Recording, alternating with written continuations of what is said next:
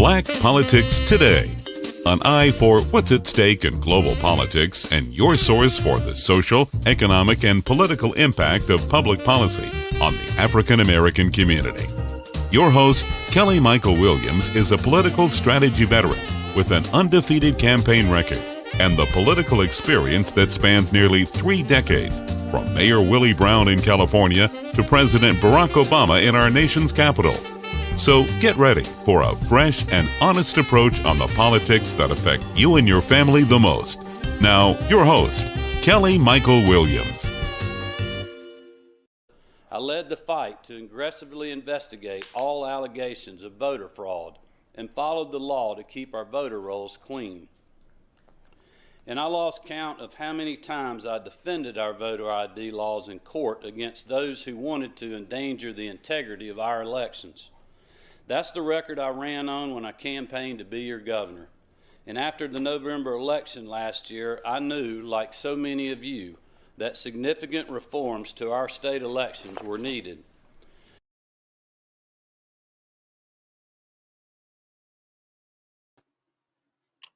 So that's what he says. But what's the real deal? Hello, everyone. I'm your host, Kelly Michael Williams. Welcome to the show. I want to thank you for joining us again tonight. As always, it's always a pleasure and a wonder for me to just have each and every one of you join us, and also just allowing ourselves to get out here and understand exactly what's at stake for us right here on Black Politics Today. The state of Georgia has set the stage for what's to come in our democracy, and they have launched the coup d'etat for elections going forward. It's real simple. They have set their stake in the ground and decided that voting in America is going to be based on whether or not you're Republican, whether or not you're rich, whether or not you're white. And in this case, white Republicans. We haven't had and been able to get any black Republicans to come on the show because I don't think they want to try to defend it. But hey, it is what it is, because you can't defend the indefensible. So they have decided the 14th Amendment means nothing. And they have decided that as long as they're in the majority, they're going to do everything they can to make sure that you, me, your mother, your sister, your brother, your cousin, little Ray Ray and Pookie cannot vote. They're going to make sure that it's all done and said under their watch, because quite frankly, they believe that overall they can do it and it's going to work. And quite frankly, they're doing it. So what's at stake for us? A whole hell of a lot, in my opinion. But I have some guests tonight that I'm hoping that will help us understand and pull through the weeds and understand exactly what's at stake for those in Georgia, those in Mississippi, those in California, those in Pennsylvania, those in Arizona, the entire nation. Wherever we are, we're at stake. Wherever African Americans are sitting, living, breathing, we're at stake, and that's what's going to happen. My guest tonight is from Georgia. His colleagues have something to say about what the governor is doing in Georgia. State Representative Roger Bruce, he represents the 61st District of Georgia. His district includes parts of South Fulton County, which includes parts of the new South Fulton, North Atlanta, Douglas County, and Cobb County. He was first elected in 2002. And began serving in January of 2003 and has been reelected every 2 years since then. During his time as a representative, Representative Bruce has focused his issues related to children with special needs, the aging, education, working families, economic development, and voting rights, along with criminal justice. He currently serves on the Board of Trustees at the Interdenominational Theological Center, the Board of Directors for Fulton Atlanta Community Action Authority, and All Children Are Special. He is a member of the Leadership Atlanta class of 1980 and 2006 class of Fleming Leadership Institute. His first major piece of legislation was providing the licensing process for developers in response to elderly constituents being taken advantage of. And something that we all know about that, especially if you have a house that has some money and it's got some equity in it, developers are going to come in and try to, swoop in and take your property. He has sponsored the Time Out for School legislation to protect parents that needed time from work to address issues with their children, as well as vice versa. those who are needing help to deal with issues at home. My guest joining us later tonight is Nsé Ufot. She is the Chief Executive Officer of the New Georgia Project and its affiliate New Georgia Project Action Fund. She leads both organizations with a data-informed approach and the commitment to developing tools that leverage technology with the goal of making it easier for every voter to engage in every election. Her job is cut out for her. Nsé, a proud nationalized citizen born in Nigeria and raised in Southwest Atlanta, earned her Bachelor's of Science degree from Georgia Institute of Technology and her Juris Doctorate from the University of Dayton School of Law. Under her leadership, NGP has registered nearly 425,000 Georgians. That was what helped them win in November as well as in January. She was a driving force in merging civil rights with civic technology, allowing her team of organizers to use sophisticated, targeted-based data through NGP's mobile apps. She's appeared in local and national news outlets to discuss her work, including All In with Chris Hayes, MSNBC, Salon, The Root, and now she can add Black Politics Today to her resume, as well as been on the national stage of South by Southwest, the Net Roots Nation, and BET's Finding Justice. So please join me as I welcome Representative Bruce to the show and thank him for joining us tonight. He's actually on the floor of the Georgia House of Representatives. They just got finished, so he's joining us live right there from the House. And I want to thank you, sir, for joining us. How are you tonight? I'm doing super fantastic.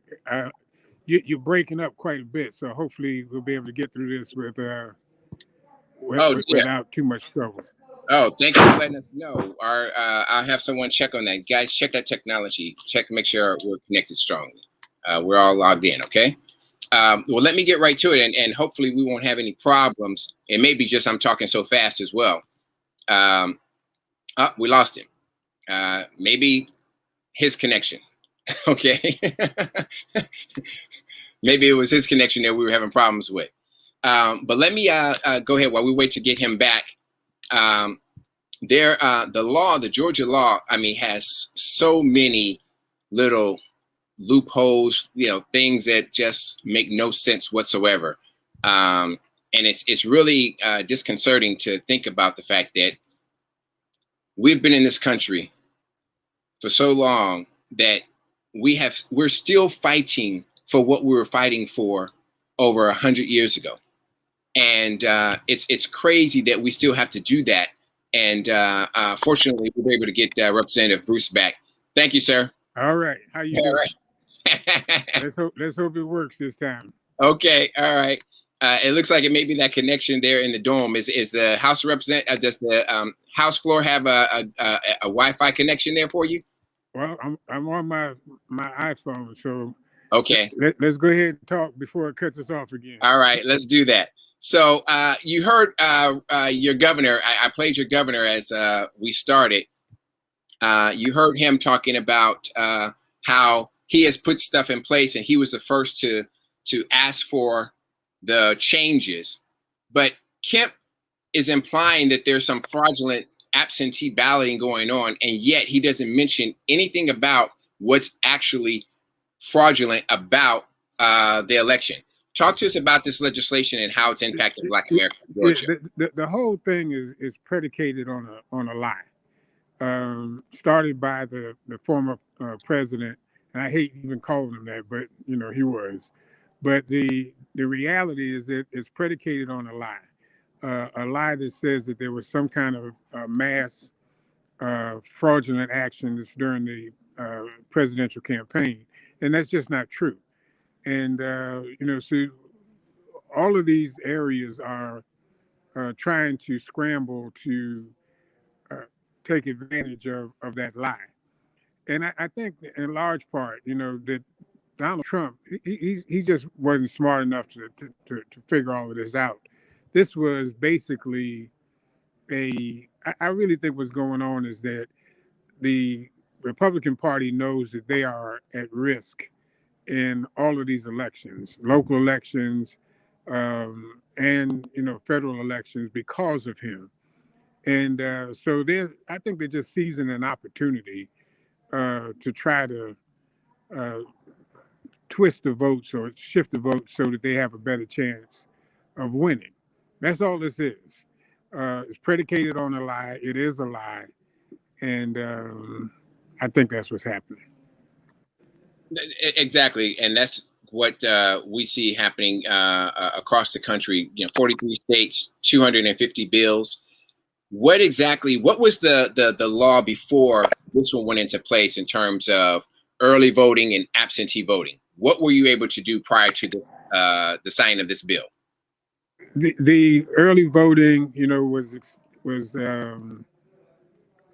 for almost 40 days prior to the election. People were voting.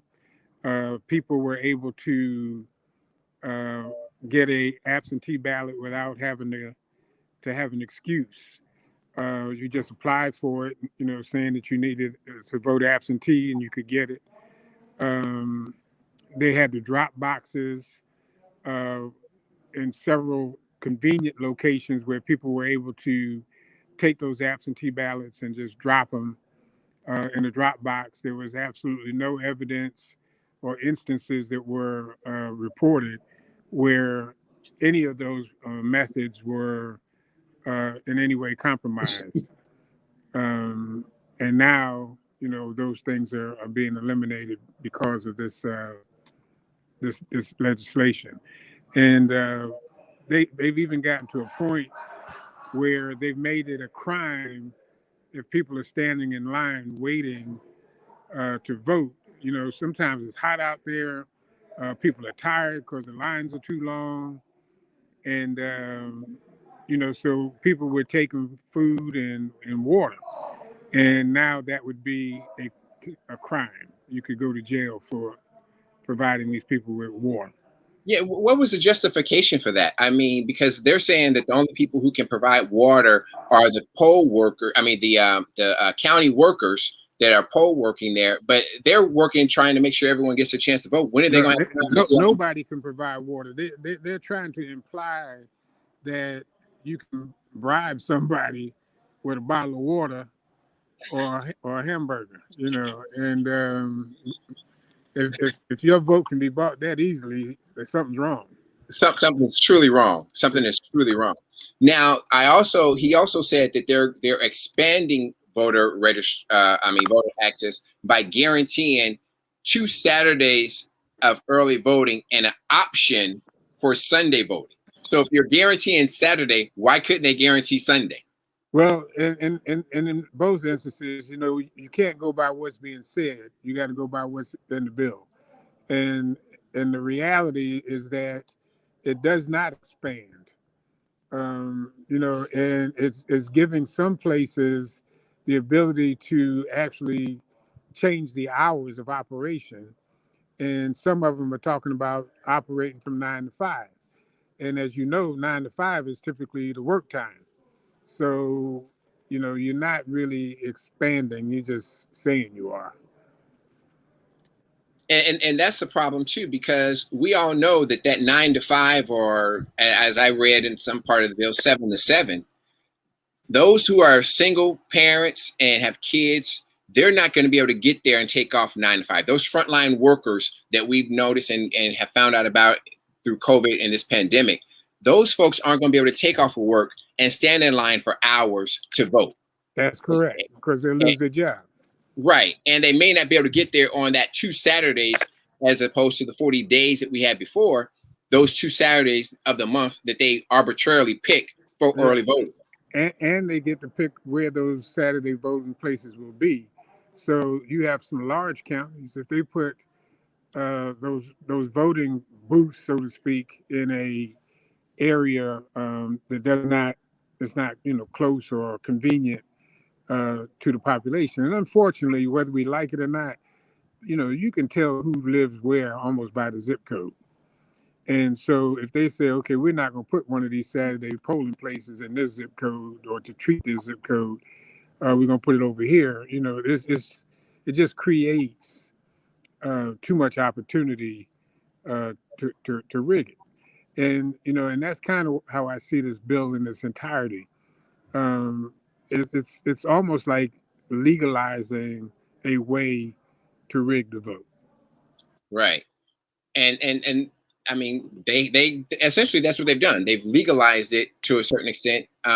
What's going to be the backlash? What is Leader Beverly looking to do, and how is he going to fight this to make it so that it makes it more difficult to be implemented? Well, to my understanding, 3 lawsuits have already been filed. And, so it's going to be in the courts. It would be great. I don't know what's happening up in Washington, but it would be great if they could reinstate, portions of that of the Voting Rights Act that were gutted when Trump came in. And, that pre-clearance piece is hurting us, a lot. If we need to have that pre-clearance put back in and have these states looked at, before they can actually implement. Or I'm hoping that there's some federal laws, and that's what's being looked at right now, that somehow these laws violate, some federal law that's in existence. And have the courts to say that.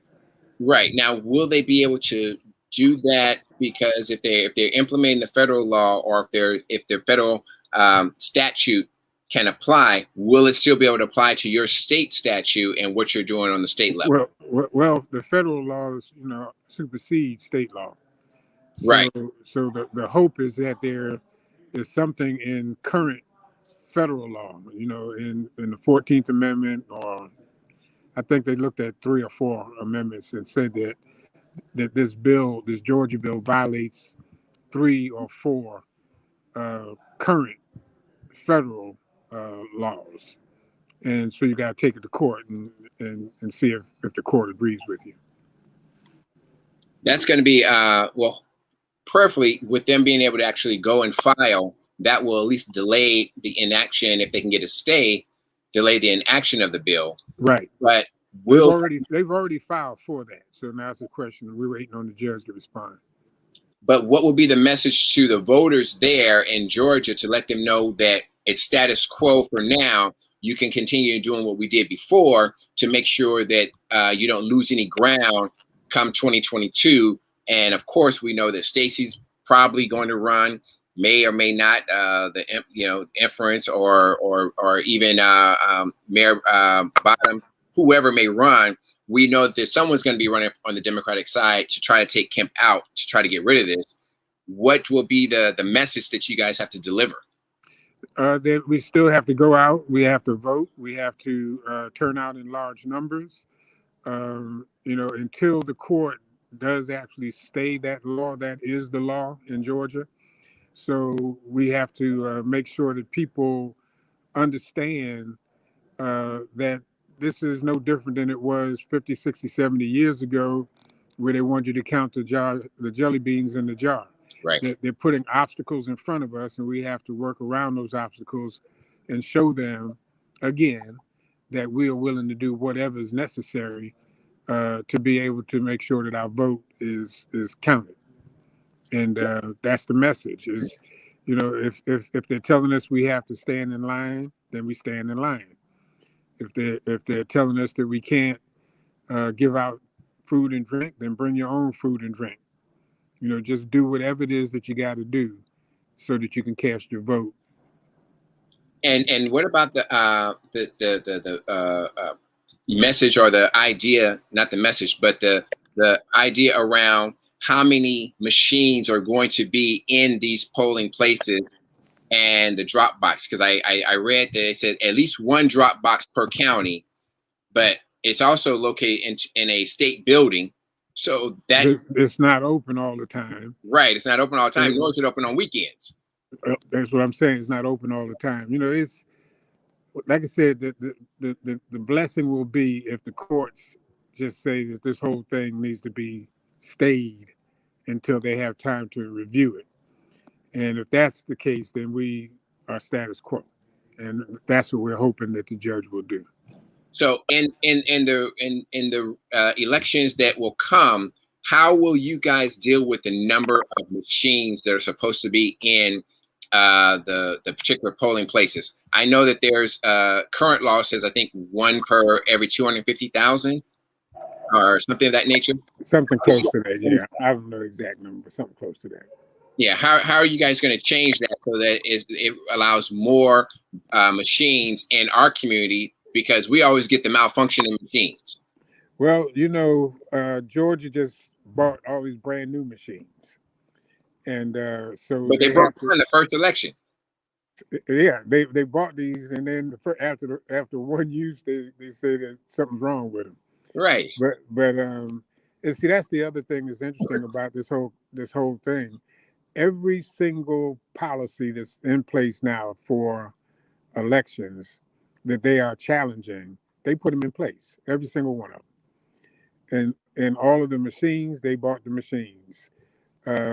Everything that's happening right now is a function of the Republican Party, and now they're challenging their own decisions that they made.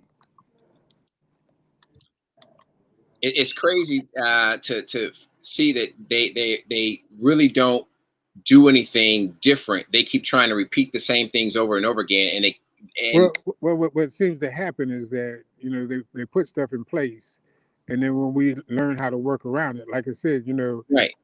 60, 70 years ago, when they wanted you to count the jelly beans in the jar, when we figured out, how we could do that, then okay, you not do that no more.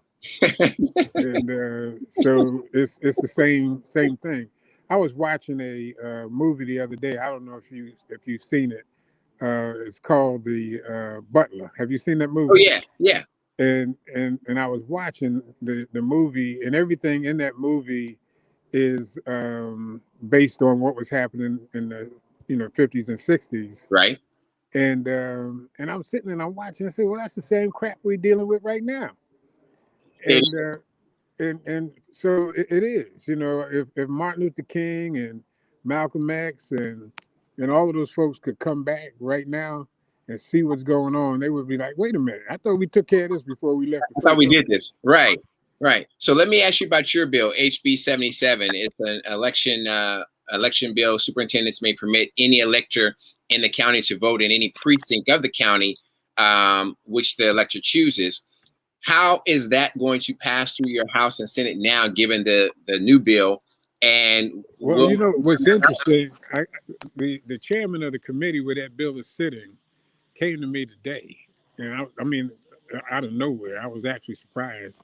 And he said, look, over the summer, I want to talk to you about your bill, see if we can do something with it next session. And which kind of like threw me, because I've been asking for the damn thing, since I put it in there. But what the bill does, it doesn't make any sense if you live in Fulton County, which is a large county, and you work in another part of it. You live in one part, you work in another part.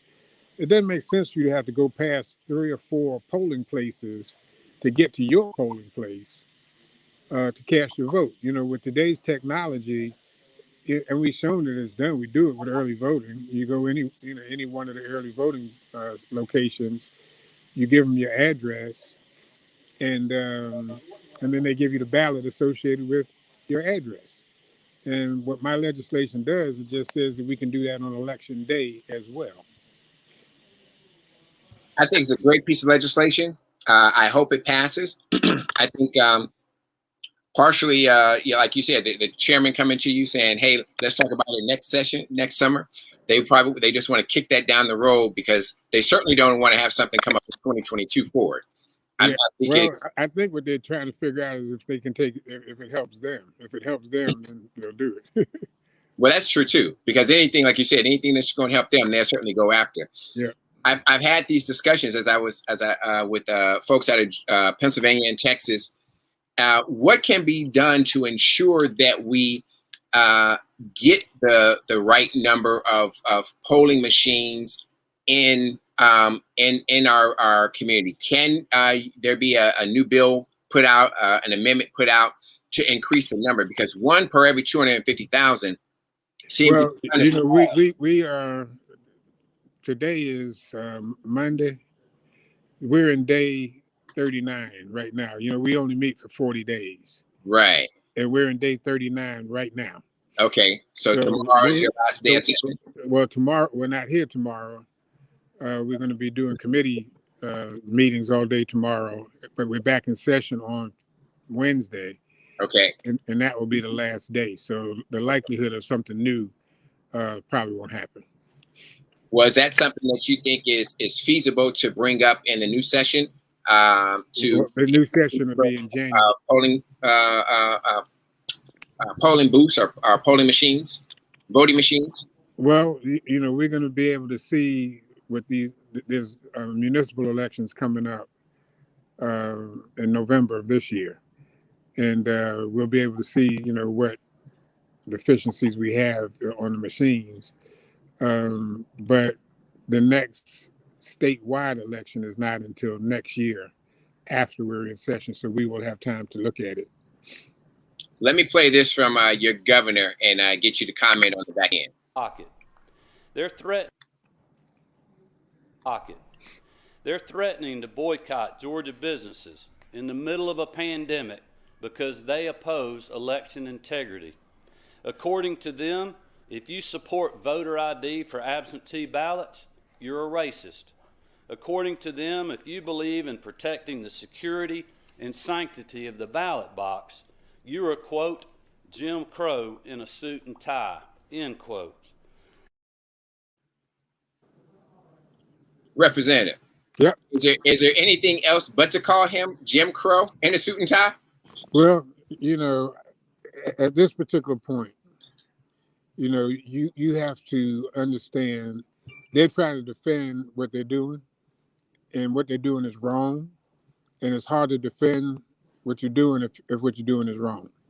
So you shift the conversation away from the subject matter, and you try to come up with something else. And that's what it sounded like he was doing right there.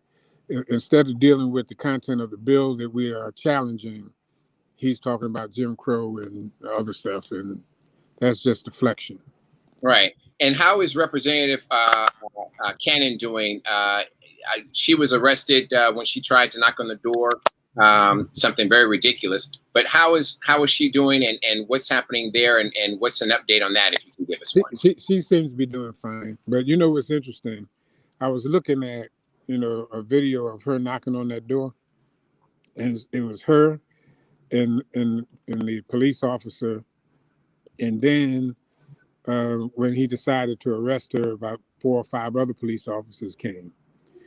And I looked at that video, and then I compared it and looked at what took place up in Washington when all of those folks attacked the Capitol. Right. And she had more police power on her than they had at some parts of that Capitol. And I also noticed that I didn't see any African American or people of color and as the state troopers in that whole area. They were all white officers. Well, we have quite a few African Americans. I don't know if they were not on duty or if they just chose not to participate. And I don't know what happened. It was we actually didn't even know she was going down there to knock on the door. So it was, I don't, I can't speak to that. We do have African American troopers. Well, I'm glad of that. I'm so glad of that. Okay. You there? Yeah, I'm glad of that. Can you hear me? Did I lose you? No, sir. I'm right here. Can you hear me? I'm glad of that. I'm going to welcome. Let me welcome our guest, Nsé Ufot, and I hope I'm pronouncing that correctly, to the broadcast. She is the director of the New Georgia Project. I think the CEO, as we call it, of the New Georgia Project. And we want to welcome her to the show.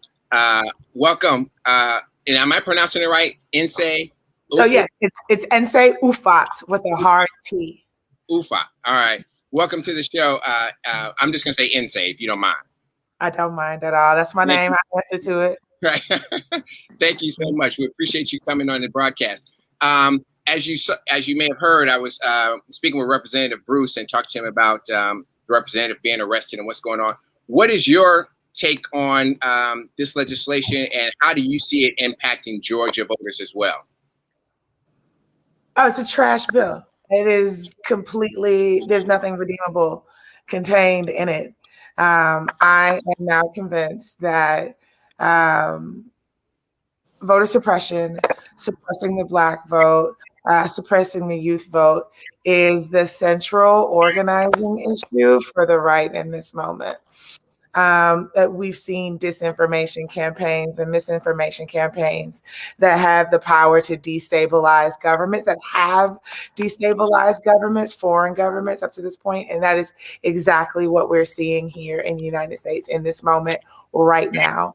That while Georgia, in a lot of ways, was the first out of the gate, the tip of the spear, partially because we have a 40-day legislative session. And so Bruce can tell you that, they're done on Wednesday. And so that is why you saw some of the speed with which this trash bill got passed in Georgia. But there are 42 additional states that are right behind us that are deliberating similar anti-voting bills, that they are extraordinarily well-funded and organized, and we are not out of the woods. I think a lot of folks breathed a sigh of relief after the results of the November elections were certified. And they felt even bigger sigh of relief after Georgia delivered its first Black U.S. senator and first Jewish senator to the United States Senate. But we are in no way in the clear. I think that people think that because the former president of the United States got kicked off of Twitter, that he stopped organizing. And that's not the case at all. And so this is a serious matter and needs to be treated as the threat to our sort of fundamental democracy and fundamental ability to participate in a democracy that it is. If you're enjoying the conversation, give us a call at 516-590-0143. That's 516-590-0143. Or you can hit us up on Facebook or YouTube and get us a comment in the comment section, and we'll get your question on the air there. Let me ask you this, because something that the representative said, and you just identified, a 40-day session. It's so tight and compact that they're pushing through and rushing through everything, but yet the governor is saying that Washington is going to try to ram through SB 1 or HR 1 to eliminate voting rights. They did the same thing. How is there so much hypocrisy in this, with this governor and with these legislators in your state, that they seem not to realize what they're doing is the same thing that they're accusing everyone else of doing? Two things. One thing, you call it hypocrisy, I'm calling it lies. Straight up lies. Let's lies. That HR 1 was actually passed by the House in the previous legislative session. So folks have had years, multiple, to look at this language. So to characterize it as the same, you're lying. Stop it. Number two, it is about power, right? Who has it? Who doesn't? And they in the marketplace of ideas, fewer and fewer people are buying what this country's GOP is selling. And so the way for them to continue to hold on to power is to cheat, is to break the infrastructure, to break the machinery of our elections, to suppress the Black vote, to suppress. Are you ready to move forward with Atlanta this summer? The AJC Peachtree Road Race returns to Peachtree Road on July 3rd and 4th with safety first. Atlanta drivers are guaranteed to get one of the limited spots and pick their race day. It's the only way to be sure you will be part of what promises to be a historic year. Sorry, that was me. Oh, okay. My apologies. It was the internet was up and it just kicked in once this shit. Hey, I understand. It really did. But anyway, this is about power. This is about holding on to power. This is about, it is the nature of battleground state politics that, you need to make sure that you count every vote so that people can have a sense of sort of confidence in the result of our elections. And they are attacking that And again, Georgia's not a red state. It's not a blue state. It's a battleground state. And Right. they are trying to win the battle before they even get to the contest. Right. Representative Bruce, she's talking about that being a battleground state and the funding of this bill and just organization across the country. What do Democrats do? How are they going to do it? And in terms of funding, organizing, and really getting the message out when you guys get out of session to make sure that they can carry it through over to 2022 and start a new session with something that's going to be help curtail what has already been put in place. Yeah, people are going to have to step up to the plate, even if you can only donate $5, whatever it is. It takes money to get the message out. You got to pay for the printing, you got to pay for TV, you got to pay for radio. It costs. Right. And then the other methodology is to use mediums like what we're on right now. And, we need to have all kinds of town hall meetings. You got to be willing to share your email address so that you can be invited to these electronic town hall meetings. A lot of people still are not comfortable being face to face with others. So I wouldn't count on a whole lot of meetings, face to face meetings. So you got to reach out. You got to, as I said, make your email available, make your text messaging available.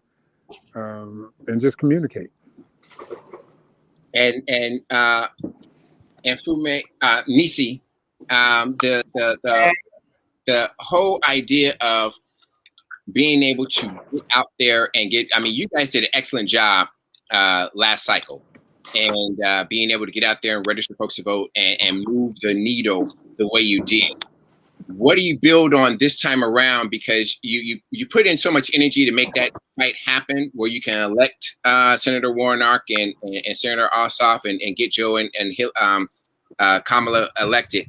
How do you continue to motivate the people to let them know that the attack is still on? As Pastor Freddie Haynes said on our show a couple of weeks ago, they like baby kids. They don't die, they multiply. So how do you continue to move our folks ahead to help them understand the importance and the impact of what's going to happen? Well, the first thing you should know, and I want to be very clear about this, we do not exist to get anybody elected, right? So the idea behind the New Georgia Project and the work that we do is that we want to build a better Georgia for ourselves, for our families, and for our communities, right? And so when I think about the fact that the minimum wage in Georgia is $5.15 an hour, it's below the federal minimum wage of $7.25 an hour. And if you are a waiter or a waitress or you're a bartender, the minimum wage is $2.13 an hour. Right. So when I think about Black women and women of color who tend to work in those service industries, and how basically we have to accept harassment as in order to pay bills, that basically if your hourly wage is $2.13 an hour, you live off of tips. Right. So tips pay your bills, right? Tips pays your rent. And oftentimes there are times where people are not sexual harassment, et cetera. And so there is inequality and oppression built into the laws of our state, right? And so we want to change that. We want to build power so that we can materially and fundamentally change the circumstances that we find ourselves living in, working in, loving in, raising children in, going to school in. Right. And so sending Warnock and Ossoff to Washington, D.C. was important because we're in the middle of a pandemic. And we had elected leaders who were ignoring science, who let us die, right, at extraordinary rates. We had 12 hospitals in rural Georgia, most that have already closed or about to close. We still don't have Medicaid expansion. Georgia Power is building 2 new nuclear power plants, both of them in communities of color. There haven't been any new nuclear power plants built anywhere in the U.S. in 30 years. And Georgia Power customers are the ones that are paying for it. You open up your electricity bill and there's a nuclear cost recovery fee. It's billions of dollars over budget. It's years behind schedule, and we're paying for the privilege. So it was never about getting anybody elected, and that's how we sustain the energy, because people say, you know what? Flint still don't have clean water. And low key, we have like 10 Flints in Georgia. How do I make sure that my babies aren't being poisoned when they go back to the water to drink from the water fountain at their school? What? There's no law in Georgia that requires the school districts to test the water? What?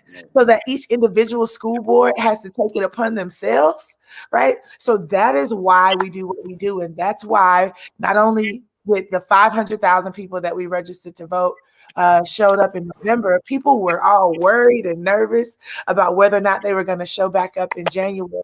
We knew they were, because this is not about a celebrity. This is not about any individual elected official. We're looking for accountable leadership, people who come from our communities, who know what the issues are. And we're going to run it back again. In the 9 weeks between the November general and the January runoff, we knocked on over 2 million doors. We made over 7 million phone calls. We sent over 4 million text messages. In that 9 weeks, we registered almost 10,000 young people and folks who didn't realize that Georgia was a battleground state. And when they saw what happened in November, they said, you know what? I want to be in that number. And they registered to vote in the 4 weeks basically before the voter registration deadline. So how we're going to sustain it is continuing to connect the dots between the act of voting and the change that people actually want to see in their lives. The way that we train our organizers is that you have 2 ears and 1 mouth. And so we spend most of our time listening. We have millions of conversations with Black folks in Georgia every single year. So we know what people care about in Fulton County. We also know what people care about in Lowndes County, right? And so when there's an opportunity to elect someone who is saying what you need to hear on the issue that you care about, folks are ready. But we're organizing. And that's how we're going to sustain it, because it's not about the individual. It's about what we can win for ourselves and our families and our communities. One of the things I read in the bill is saying that they're going to stop organizations or counties from being able to get philanthropic funding. So how is that going to impact the New Georgia project? Because I know that a lot of times you guys are getting donations and money for that to help the counties out and help out the voter registration, things like that. How is that going to impact NGP? Well, so there are a lot of ways in which our work is going to be impacted, but here's the gag. The piece about that part of the legislation is a straight up attack on the county. So Arnold Schwarzenegger, founder of Google, and a lot of people made multi-million-dollar contributions to counties and municipalities who were running elections, because they had, in a lot of places, Republican governors and Republican legislators who would not give them the resources that they need to recruit poll workers, to get drop boxes, et cetera. Right. So that piece of the legislation is designed to say that the county can't go out and get outside money when the state has failed them, right? And so that's going to be a problem for elections as we move forward, particularly in Georgia. But then there's also the idea that, groups like the New Georgia Project can't hand out water and snacks, portable cell phone chargers to Georgians who are waiting in line to vote. And so, listen, we don't do this work because we want to go to jail. That's not what our aim is at all, and that's why we're suing. So, Representative, let me ask you, based on what NSA had talked about, the counties not being able to reach out to groups. The county is funded by the state legislature, and now they're deciding if they're going to take over some of their county responsibilities. They're going to be determining what happens with the county board. What is it that you guys can do, or what is it that you're going to do at the state level to deal with something like that? Because clearly they're going to target Fulton County, DeKalb County, Cobb County, counties where most of the African Americans are. Yeah, well, we don't fund the counties. The counties have their own tax, tax base. All right. And so they get their money straight from the taxpayers. And we again, you say what we're going to do. We're going to have to depend on groups like the young lady, and I don't want to mispronounce her name either. Inse. We don't want. We're going to have to depend on groups like that. Like I said, we're here one more day. Right. And all we do down here is we pass bills, defeat bills, and prepare the budget, the state budget. So we're going to have to work with organizations like hers and others to try to get the word out and make sure that people are in fact activated in their communities and talk to their local county commissioners, local city council people to make sure that the elections, because the elections are conducted by the counties at this particular point. And but what they're doing is saying is if they don't like the way the county does it, then the state can take over. But I don't see how that's going to work if we're not in session. I don't see what they're going to be doing. They're talking about forming some kind of commission or committee that would, in fact, oversee the elections instead of the Secretary of State, which is crazy as well. I'm not a, the Secretary of State is still a Republican. Right. And he still stands by their posture. But in this particular case, he did what he was supposed to do, and, what I'm trying to figure out is that they're trying to replace him, and they're trying to replace, him as the head of the elections. Right. And so I'm trying to figure out, what are they saying? We want to put somebody in place that would have given them the 13,000 votes that they needed. I mean, it sounds like it. So let me ask you this. Let me ask you this, Representative. What's at stake for Black America? Well, they keep talking about, they want to make America great again. And I'm trying to figure out what the definition of great again is. And, if we don't stand up, and make sure that we understand what the history was, we're going to allow history to repeat itself. And we're going to find ourselves right back where we were 40, 50 years ago.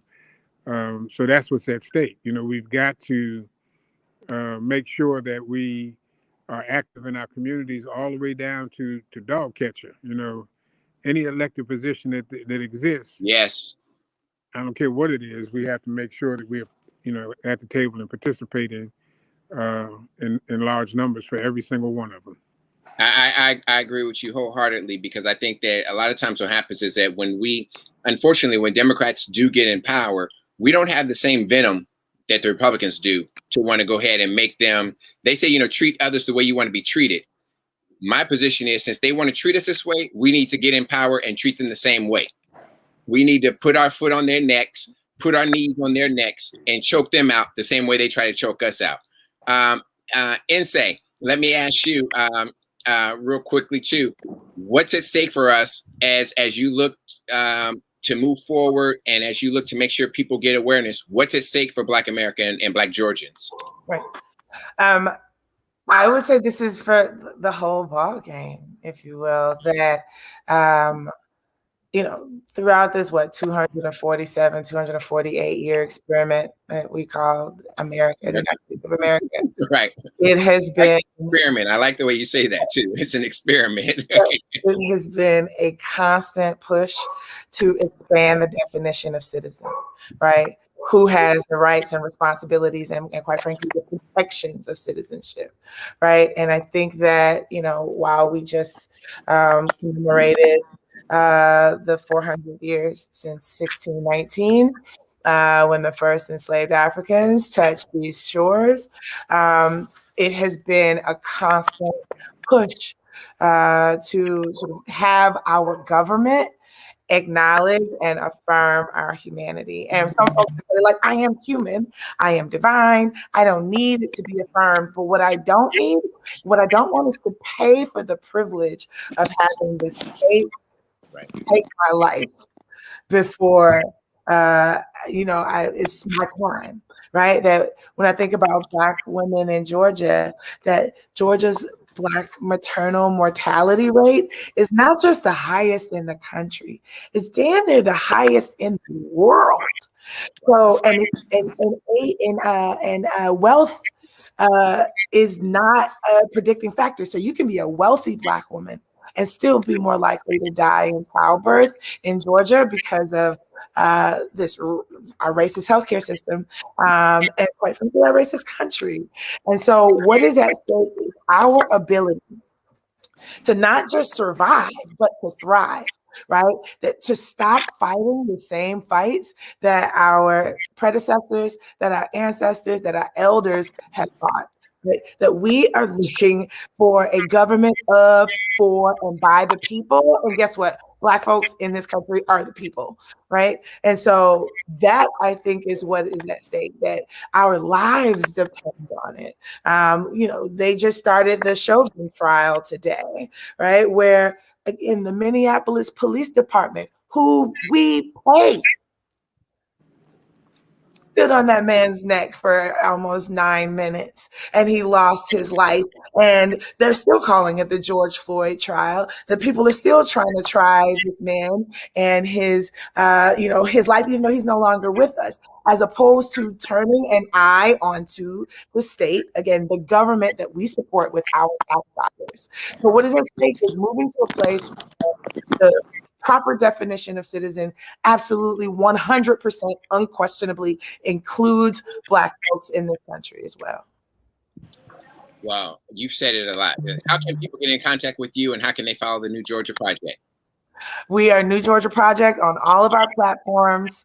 And there we go. And me, I'm at Nsay Ufot on Twitter and Instagram and Facebook. It's just Nsay Ufot and New Georgia Project.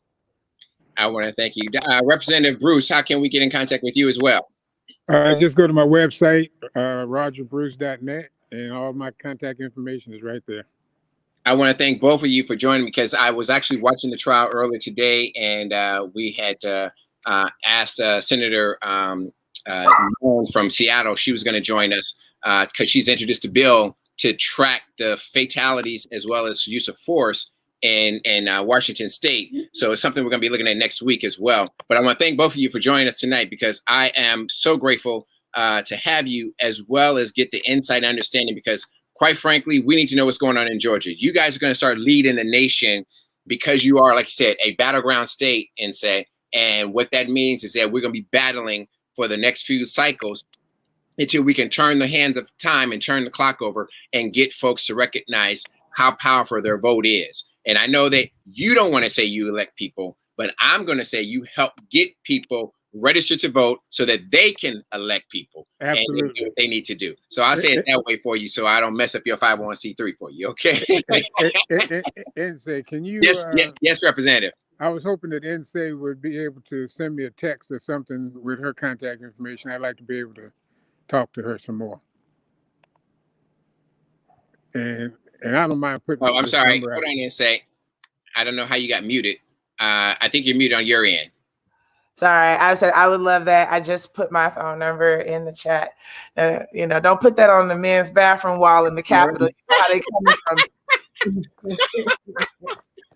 You can get that in the private chat there, Representative, and I'll forward it to you as well. Yeah, forward it to me, because the chat is so small I can't see it. Okay, I'll do that.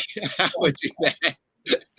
Don't forget to send it to me. I won't, sir. I'll text it to you once we get up. I want to thank you, Nsay, for joining us. I want to thank you, Representative Bruce, for joining us. And please, we want to get you back, because we definitely want to stay engaged with you, because we'll be coming to Georgia and we'll be helping and supporting and doing anything and everything you want to do. And whenever you have something that you got to say and you want to say it to Black America, please give Black Politics Today a call, and we'll certainly broadcast it out. All right. I appreciate everything y'all do. Thank you so much. Thank you. Now. All right, good night. Black America, this is what we talk about, this is what we look for, and this is what we're trying to do each and every week. It is imperative that we understand exactly what's at stake for us. Let me go down the list of some of the things that this bill is going to do real quickly.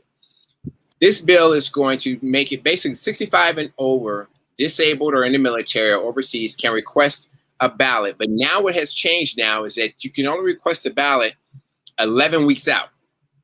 11 weeks out seems like a very long time. It used to be 180 days.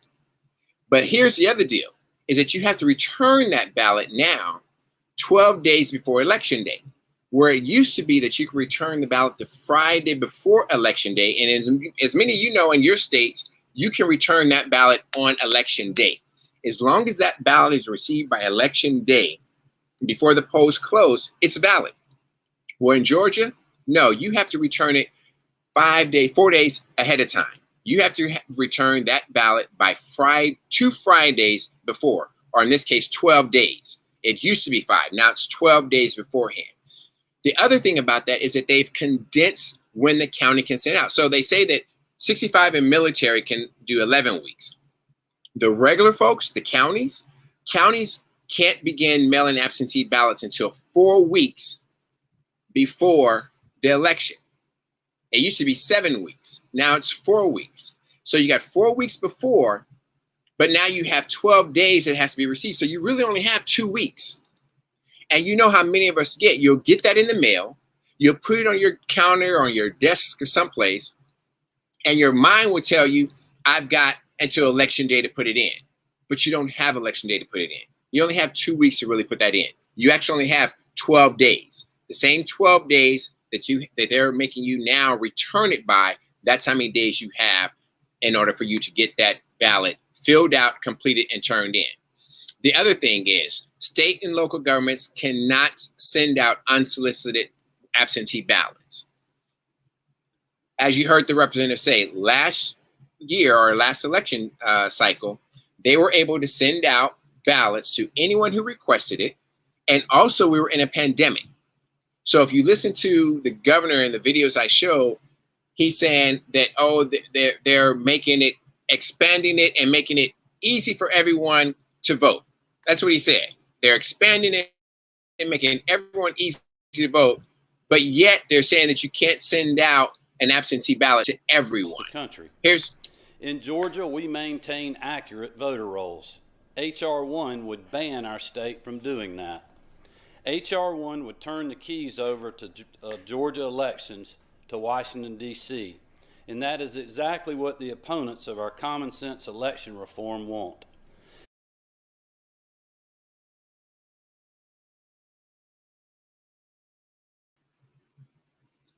So what he's saying is that it's okay for Georgia State Legislature to take over the county votes and decide who votes, how, what ballots are counted, what's not.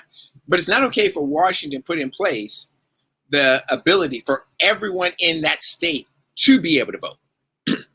That's the lies. As Insay told me, I was saying hypocrisy. She said, no, it's the lie. So that's the lie that governor wants to tell you. Governor Kemp wants to tell you that, we're expanding opportunity and access to polling or to voting, but you're reducing the number of days and ability of where you can actually drop off your ballots. So you're reducing the number of days to vote early, and you're reducing the number of ballot boxes that you can get to, and you're changing and making those ballot boxes and you're putting them in state buildings. So they're not open on weekends. They're only open from 9 to 5 or from 7 to 7 in some counties, depending on where it is. And as you see on the screen, they're outlawing giving you water. And as the representative said, apparently they think that you're going to bribe someone. Here, go vote for Representative Warnock because I gave you a bottled water and a Hershey's bar. This is what they're talking about. And something else I talked about with Insay, third-party groups can only send out applications, and this is the contradiction. Third-party groups can only send out applications that say not an official government publication, meaning that it's not an official ballot. But yet, they can send out ballot applications to voters who have not received an absentee ballot and who has not voted absentee. That's very confusing.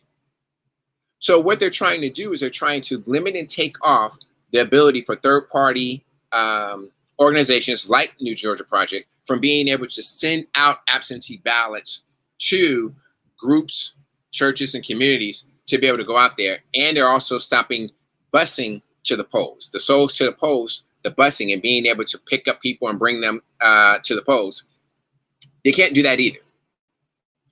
So that's what they call harvesting. I guess that's what they mean by harvesting, because you're actually picking up people and bringing them to the polls, and therefore those folks are able to vote because they're going to vote in the blocks, they're going to vote collectively, and they're probably going to vote Democratic because they're coming from the church, they're African American, they're like, oh yeah, this is what you're doing, so we're going to stop that. That's what's happening in Georgia. And that's what's happening in 42 other states. This passage of this bill undoubtedly is going to cause other states to likely to amend, if they have not already coordinated, to amend their bill, to include some of these provisions that this Georgia law does. And it's really going to impact how we get out there and fight. And you know how crazy I get sometimes. Things like this piss me off to the highest level of festivity. And it's like, we have to do something about it. And we can no longer sit back, as Nsé said, we can't sit back. We have to stay engaged. We have to stay mindful of what's going on. So get online. Even if you don't live in Georgia, even if you don't live in Arizona, if you don't live in Pennsylvania or North Carolina or Mississippi or Florida or any of those states, get involved somehow, either through donation or call a family or friend who's down there, get them involved, educate them, turn them on to Black Politics Today, help them watch our show, let them watch our show, do something to engage them. Because what I'm telling you is that we have to be engaged, and we have to be more engaged than just on election day. We have to be more engaged in just every 4-year election cycles or every 2-year election cycles. We have to be engaged, as Pastor Haynes said, in the off cycle. We have to be engaged now, because this is where they're plotting while we're partying. This is where they're plotting while we're sitting back saying, oh, we'll wait until, 2022 and we'll get with it. Now we have to now's the time for us to get with it and get on board. It has to be done. It has to be done. Until next week, I want to thank you for joining us tonight. And I want to thank you for just allowing us to come into your room, everything, and your household, and present to you what we feel and what we believe in. I'm going to, just before we sign off here, let me get to this caller right here. Go ahead, caller. You're on the air. Yes, good afternoon or good evening, sir. How are you doing? I'm good. How are you? Feeling well. I think take my call. If I could quickly, I actually support the Georgia voting bill, and I think that what's being done, and I see this as a Black man myself, is that they're using Black people in this case to justify an idea that on its own they couldn't defend. So they're using the racial component to justify the position. And if you go point by point, each of the points you brought up, you can see that if you simply look at the other side's view on the matter, it's actually a stronger case. But what this really comes down to, in my opinion, is they want to stop voter ID. And for everyone to know, for the record, voter ID is in almost every developed country in the world, including Canada and Mexico. And the reason almost everyone does it is because it secures elections, and it's the most safe-proof way to stop any fraud of any kind. And that, in my opinion, is the real issue. All the other stuff is just window dressing. So if you go through it, you mentioned the unsolicited ballot being mailed out. An unsolicited ballot means non-requested. That means they're sending it out to people who didn't request them at large, to anyone who's on the voting rolls. Now, that can be abused easily, simply through the fact that people can simply take ballots or collect ballots, or like where I'm from, Minneapolis, people are going out and buying ballots from people and voting for them. So that is an obvious one. I mean, that goes without saying. When it comes to voting in person, remember, these votes all apply to everyone, not just the Black people. It applies to every resident in Georgia. So if it applies to everyone equally, then I don't see what the issue is. And lastly, I want to know if there's any legitimate argument against requiring people to have an ID to vote. If you're saying that it's racist towards Black people because it's difficult for Black people to acquire IDs, then we should implement a government program to assist people to get ID if they can. And as a Black man myself, everyone I know that's Black has an ID. I don't know that many people that walk around that don't have some form of state ID, because you need an ID just to operate in life. And if people have difficulty getting it, we should put programs in place to assist them send a social worker to help them sign up, help them do it from home if they need to. And so I think once we take that component away and we actually put a program to help people acquire ID, I think it eliminates the whole racist argument, which is, from what I can tell, the only reasonable point that the left is trying to make to justify voting and not having voter ID for law, not just in Georgia, but around the whole country. So to take that question, thank you for calling. Thank you for asking the question and providing the statement and putting forth. The issue behind the voter ID is that you can tell me in any case, in any state where there's been voter fraud of any significant level beyond what has already been discovered, then voter ID will be applicable. But there is no broad span of voter fraud. In fact, let's take Georgia for instance. Georgia counted every vote 3 times. They did it twice by hand and 1 by machine. Every vote matched up to every vote cast. There was no voter fraud. The Republican governor, Secretary of State, and the assistant to the Secretary of State came out explicitly and said there was no voter fraud. So by telling me that we need IDs so we can prevent voter fraud, you first have to identify the fraud. There has never been a case of voter fraud in any election, national, state, or local, that has risen to the point where they've had to overturn an election based on somebody voting fraudulently. And in every case, in the last 4, let me see, this is 2021. So since 2012, since voter fraud came into place, voter ID came into place in 2010, every case of voter fraud has been linked to white Republicans voting twice, voting dead, or voting in 2 different counties. There's never been a case to date where anyone Black, Latino, immigrant, undocumented has voted illegally. So that's why it's a racist bill, because senior citizens, you're African American, your grandmother, your mother, depending on how old she is, or your grandparents, they probably don't have an ID still. They probably don't have access to their birth certificate and things of that nature. But even so, even if they do, they now have to go out and get a new ID. They have to pay for that ID. Back in the day, that would have been called a poll tax. Or in this case, with this voter ID law in Georgia for the absentee ballot now, that they have to get an ID for, they have to send a copy of their ID in with their ballot. Now, I'm sure they don't have a printer at home where they can just take and put their ID on top of the printer and make a copy of it and send it in. So now they have to find some place to now take their ID, make a copy of it, and then send it in. So now they have to drive to go find it. If they don't have a car, they got to take a bus. If they don't have that, they have to walk. Then they have to pay for a copy of an ID to vote absentee. Why is it only now, only since 2008, after America, United States, after we elected an African American, that we need ID to vote? We didn't need one for George Bush. We didn't need one for Ronald Reagan. We didn't need one for Bush Sr. We didn't need one for Clinton. Why do we need voter ID now? Even George Bush and Donald Trump went out to look for voter fraud. He dismantled his whole voter fraud panel, and Zinke, who was over that, not Zinke, I think it was Zinke, who was over that, dismantled it and left and went back to Kansas. So there is no voter fraud. So inherently, it is racist because you're targeting people who do not always have ID. Everyone you know may have an ID. But there are plenty of people out there, especially if they have once been incarcerated and come out of jail or prison, they may not have an ID. If they're older, they may not have an ID. And then young people don't necessarily have ID because unless they need it for something specific or particular, if they're not working, if they're not out there in the workforce, if they're not in the work community, they don't necessarily carry ID. But even at that point, there has never been any broad span, wide span of voter fraud. So that's number one. Number two, I don't think it's a issue of we're attacking the laws or the people who are putting in the laws, saying it's racist because we just want to do that. We're doing that because this is the same thing they did back in the 40s and 50s by telling us how many jelly beans were in a jar. This is the same thing they're trying to do now.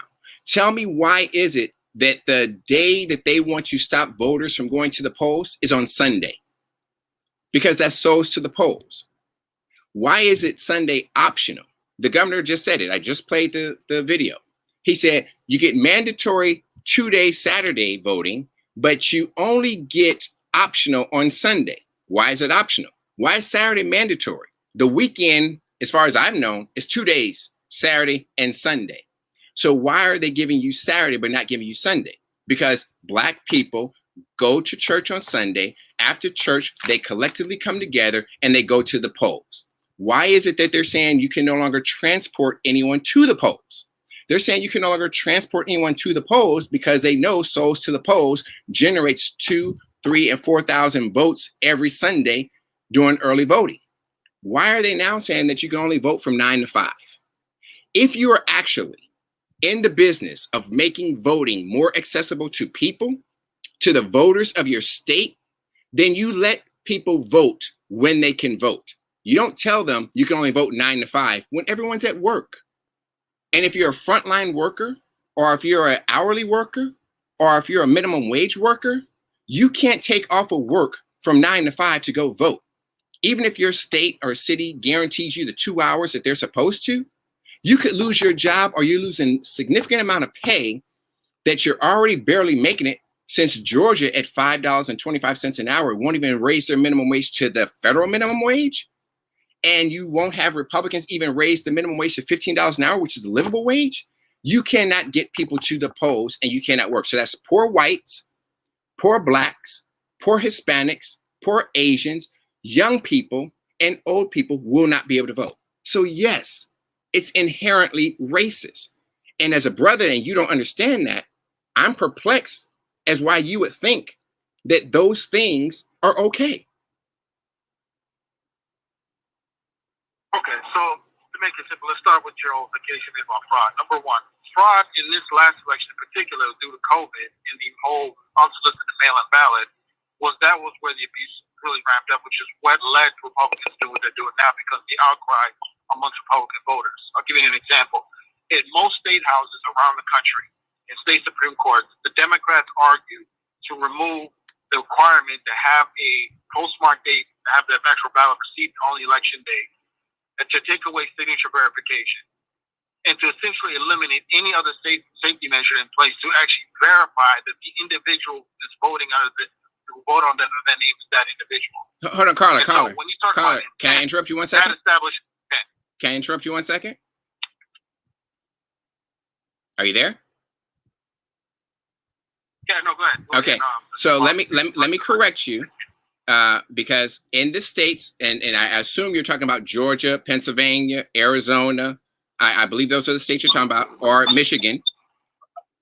Let it be known and let it be said right here that in all of those states, those were Republican-controlled state legislatures, and with the exception of Pennsylvania, their Supreme Courts were dominated by Republicans. But the legislation that was entered into, just like in Georgia, Republicans introduced that legislation. Republicans did that, just like they did in Georgia. They expanded it. That's not what I said, brother. That's not what I mentioned. You got to pay attention when I said. I'm talking. No, I said what you. Hold on. I heard what you said. So let's be clear. Let me. In the state Supreme Court in Pennsylvania, Democrats had the representation. I'm talking about what they were arguing for. So they argued for not having to have a legible postmark date, confirming that the ballot was received on election day. Secondly, they were arguing against signature verification. Now, once you do that, that establishes your intention. So what their intention was is to remove any safeguards to verify that the person voting with that mail-in ballot is the actual person who's under the name of that ballot. Once you do that, you give away your intention. You see, for me as a Black man, I voted Democrat all my life. I know I've volunteered and all that. I know how the inside game works in a lot of places. What Democrats often do is when they have something they want to engage in that they cannot defend on its own merit, they bring in race or gender or some type of an identity politics thing to use as a way, as a shield to defend bad ideas or to hide their ultimate intention. So in this case, they clearly are trying to leave the door open for fraud. Now I'll show you how the fraud takes place. In this last election, they had unsolicited ballots mailed out in mass to everyone on voting rolls. And this happened all across the country. Once you do that, you send ballots in the mail to people under addresses, under the last address they had under the registration. In many cases, ballots ended up going to a place where people no longer live because they had moved and they hadn't re-registered or updated their address. And so you had ballots going out all over the place. In several states like Michigan, even in Georgia, there were several cases of this, where individuals came to vote and then were told that somebody had already voted under their name. Now, when you have a situation in place where unsolicited ballots go out, meaning people did not request it, and it's being mailed at mass, many times with the wrong address, and then there's no actual legitimate verification in place to determine who's that person voting under their name, that opens the door to fraud. That's just common sense. Only a political ideologue would look at that otherwise. It's just common sense. Now, you haven't addressed the fact that in almost every developed country in the world, with the exception of the UK, in both our neighboring nations, Canada and Mexico, both have voter ID in place. Now, to deal with the issue you brought up, which is a fair point, that there are people out there, whether they be elderly, the disabled, people who just have difficulty getting to the DMV, or maybe are people, like you said, that get recently incarcerated. I agree with you on that point.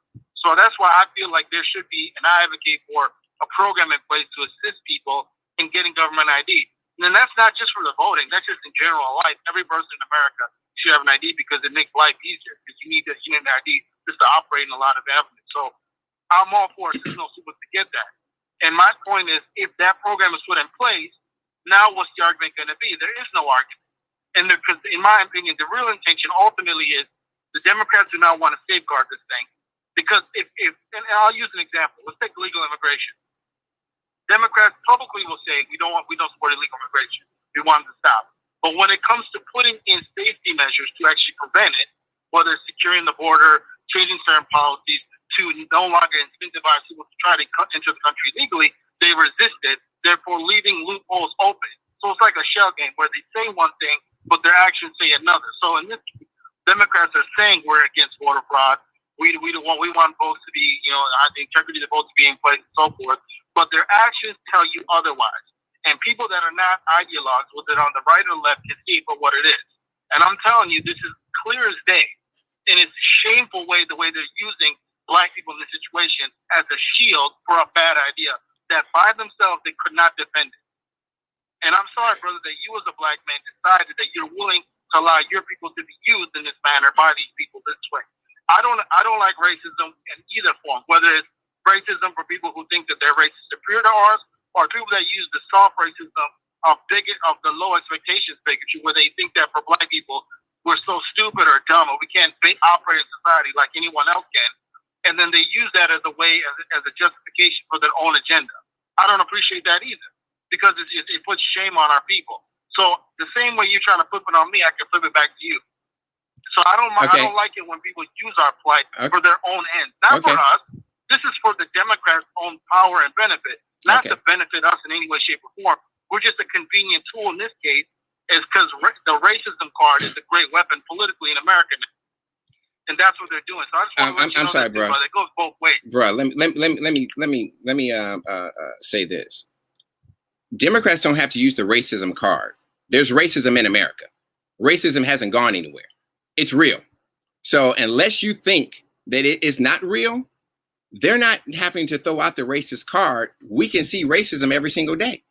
We got Karens and Johnnies every day. So we don't need to use the race card, or Democrats don't need to use the race card to say, oh my God, there's racism out there. Let's just throw racism out there. It's here. It hasn't gone anywhere. It's never gone anywhere. It's still here. First point. Second point is this. I never made that point. Those putting words in my mouth, to be fair. No. What you said was, if they're using it as a political tool, as in a way to silence their political opposition and not have to actually defend their viewpoint. So when you say, for example, actually, when you present a policy, when you present a policy, what anyone should do, regardless of what party they are, is defend the merits of the actual policy, weigh out the pros and cons, short-term, long-term benefits and ramifications, and let it out and debate it out. That's how it should be done. It should be. Democrats I agree. like to do in this case, when they have an idea that they can't defend, that they know they don't have a strong argument for, then they'll use racism, not because of the actual racism, but they'll use it as a shield to deflect criticism of a bad idea. That's what they're doing right here. And for you as a black man to go along with it and engage in the racism of low expectation that they're pushing on black people in this case, and going along with it shows your ultimate allegiance is not the blacks in this case, it's to the Democrat Party. Because you're putting their priority over your own, and you're willing to shame and actually make your own people look bad in the process. And how you don't see that blows my mind. Okay, so let me finish so that I can respond to what you said. Okay, so my concern is not the Democratic Party. My concern is Black folks 110. Period. That's why the show is called Black Politics Today. Now, the second point is this, and I'm going to talk to you about what you talked about, unsolicited ballots. You can have, as they do in Washington State, as they do in Utah, as they do in Arizona, no, not Arizona, Oregon, as they do in Wyoming, I believe. I think there's 7 states. I don't know them all, but there's 7. But Washington State is one of them. Utah is one of them. Oregon is one of them. And I believe Wyoming is the other, and a few others. They send out absentee ballots to everyone that's registered on the roll. Have you ever heard Utah having voter fraud? Have you ever heard Washington State having voter fraud? Have you heard of any of these people or any of these states having voter fraud? No, you haven't. You know why? Because they have systems in place that allow them to do that. Every state, including Georgia, including Arizona, I think, does absentee ballot 80% of the time. Because we're in a pandemic, they sent out ballots to everyone. Washington, D.C. now, they send out ballots to everyone because of the pandemic. Now they're continuing on with it. None of those states had voter fraud. So the idea that you want to make up that it's inherent and it opens up the door for voter fraud could be well taken if there were voter fraud in those states and in those cases. My point is this: there has not been any voter fraud. There has not been any voter fraud by anyone of any degree that, like I said, Donald Trump created a whole committee. Did you hear any results from that committee? You know why you didn't hear any results of that committee? Because they disbanded that committee because there wasn't any. No, you didn't hear any results. Just for the record. No, you didn't hear any results. Yes, they dismantled the. Okay, hold on. Let me finish. The only results you may have heard of, if you heard of any, was on Breitbart or right-wing media. There has never been any results, and I will charge you to not only find the results but email them to me. Info at Black Politics Today. Info at Black Politics Today. Find me the results. And in fact, let's do this. Let's do this. Let's do this. It's on record. It's not my opinion. You can look at it right now. It's on video and it's on written form. Did you look at any of the testimonies done in Michigan, Pennsylvania, Georgia, so forth, in several states where people were coming forward and telling literally what went down? Okay. People were coming forward. Hold on, dude. Hold on. Let me finish. People are coming forward telling you what went down, but every one of those cases got thrown out because they didn't have evidence. There was no evidence. No, so when you brought up the court, okay, let me finish. Let me finish. That was. Now let's break it down. That the judge actually examined the evidence or the testimonies that allowed it to get to the point in the trial. You have to bring the evidence. In almost every case you're referring to, the judges dismissed it before evidence was even being presented. No. See, here's where you're wrong. Here's where you're wrong. No, brother, you gotta tell the truth, man. No, I know the truth. You're not telling the truth. I know the truth. You don't know the truth because you're sitting here blaming it on people who didn't get a chance to present evidence. Okay, all right, let's do this. Let's do this. Name me one case. Show me one ruling from a judge that actually had the evidence examined in the case that was not dismissed before the evidence was presented. Name me one. Okay, let me. You do know. The Supreme Court actually agreed that they have the evidence. They just have to go through the process of lower court. But the lower court judge dismissed before evidence was examined in the case. Now, you show me one that it wasn't. Okay, let me help you, because clearly, see what's going on right now is that you're talking about I'm defending the Democrats. It seems to me that you're defending the Republicans with your head all up there behind. Because, bruh, here's the deal. Here's the deal. No, you're not. No, you're not. No, you're not. You're defending talking points from the GOP. Because here's the problem that you have. When you put in a brief, I've been voting Democrat my whole life. I'm not a that's fine. That's fine. Here's the problem. Here's the problem. You don't want to deal with my argument. I'm trying to deal with your argument. You're still talking. That's what I'm saying. That's what you're doing. I'm trying to deal with your argument, but you're still talking. You're trying to talk over me instead of listening. Just like I gave you the respect to listen, you can't give me the respect to listen because you're interrupting. And I paused Look at you. Look at you. Clarify a position. Look at what you. you've done several times now is I'm trying to do that. You misrepresented what I said. I'm trying to do you're that. arguing against something that I never said. You've done that 3 times. I'm not misrepresenting anything. And I'm trying to clarify to you so not let you put words on. I'm not misrepresenting anything. I heard you very clearly. I'm a very good listener. No, you've done it 3 times. No, I have not. No, I have not. No, what I have done, is I have helped you understand that what your argument is, it's no argument. It's no argument. You're sitting here telling me that unsolicited ballots create fraud. I said to you, the 5 states I named send out unsolicited ballots, and they had never had any fraud. So, what you just said was... I literally told you that there were unsolicited ballots going to addresses to people that no longer live there. That's a recorded fact. You can look that up right now. Okay. The unsolicited ballot thing does not work because it opens the door to front. Anyone with common sense can see that. Okay. So again, okay, let's be clear. So no, again. You can still vote. I vote absentee every election since 2008. It's not hard. It's very easy. You can still request a ballot and vote absentee. We're talking about the government sending ballots out to people who did not request them. I'm sorry. In what case was there voter fraud? Again, I ask you, send it to me and let's discuss it. Because clearly all you're going to do is talk over me. All you're going to do is talk over me. So I don't have time to do that. I don't have time to do that. And give you the citations, the sources, the link, give you the actual writings of judges and cases. Okay, all right. So why don't you do that? Because clearly, why don't you do that? You got my email is info@blackpoliticstoday.com. No, you don't know the facts, my brother. You don't know the facts. You don't know what's going on. Because all you have done is repeated to me exactly what Rudy Giuliani said. No, you don't. No, you don't know what you're talking about. You know what? You haven't. You clearly haven't. You're giving your... So I'm sick and tired of dealing with ignorant neophytes who don't know what the hell they're talking about. I am proud of myself, though. I kept my cool. I didn't cuss him out. I didn't call him what the hell I really wanted to call him.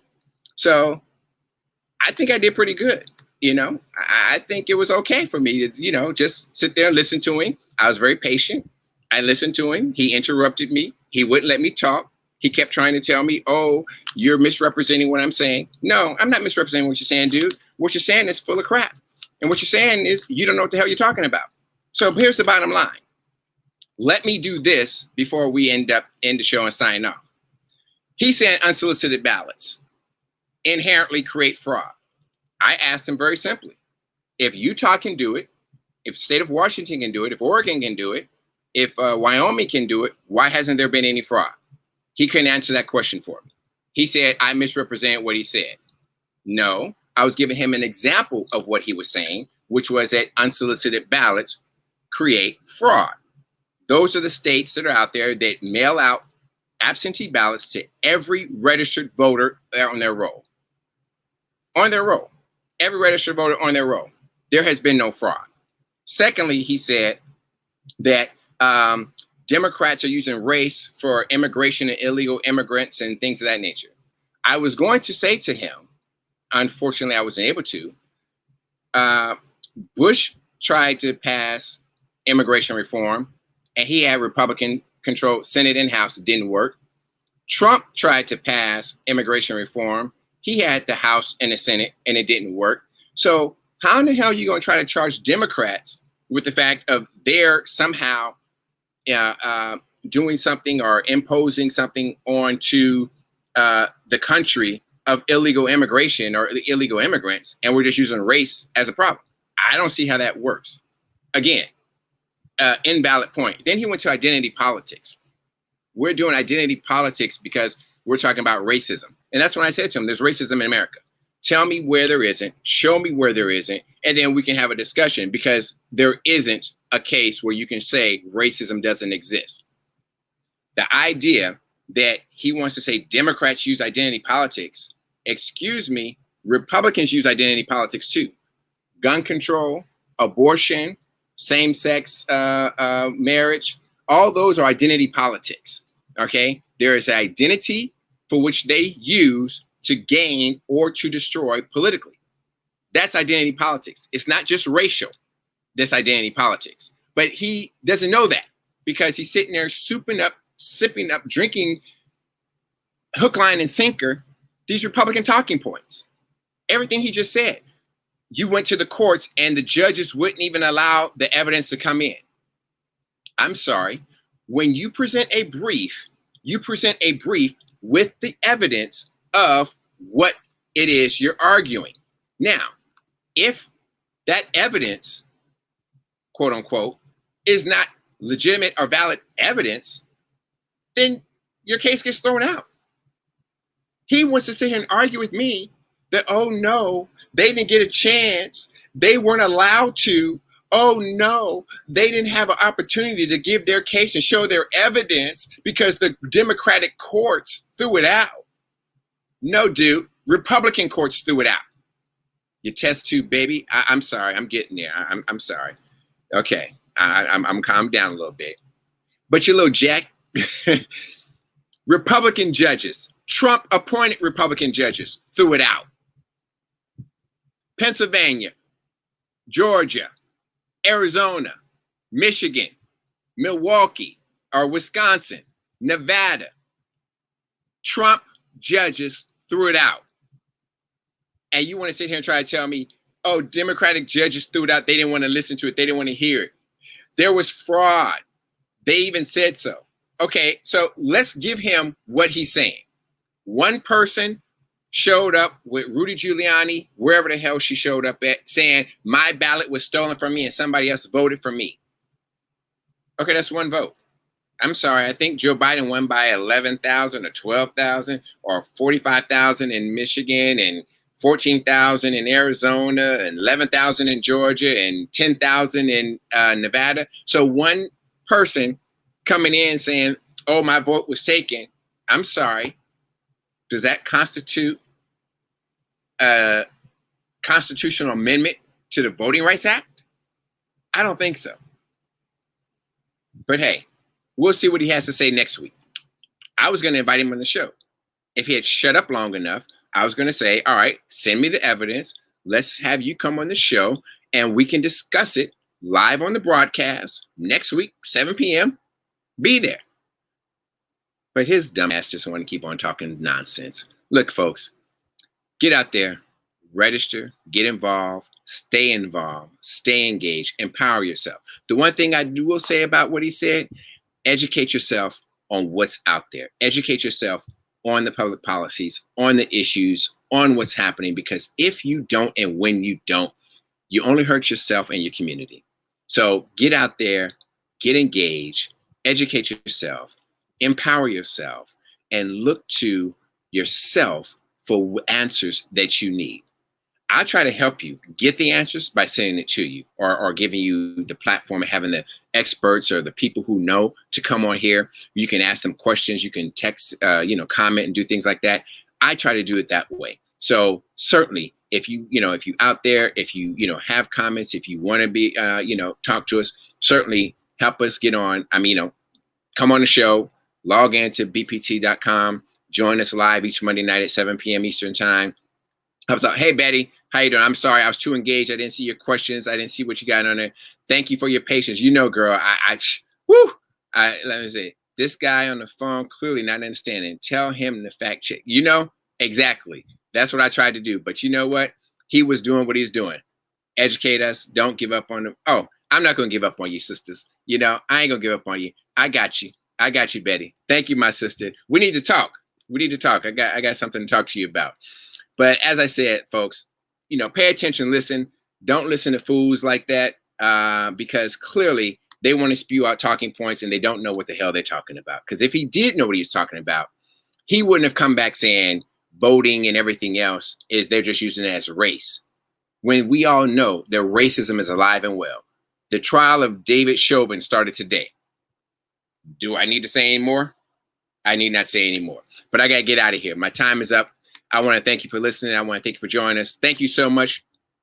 If it's social, political, social, economic, or political, it's Black Politics Today. Join us next week. Maybe he'll show up again. Maybe he'll call in. Maybe he won't. Let's see how much backbone he has because he certainly don't have no smarts. Until then, good night, everybody. Thank you for listening to Black Politics Today, an eye for what's at stake in global politics, with your host, Kelly Michael Williams. Join us live each Monday from 7 to 8 p.m. Until next time, follow us on Twitter, like us on Facebook, and download us on iTunes.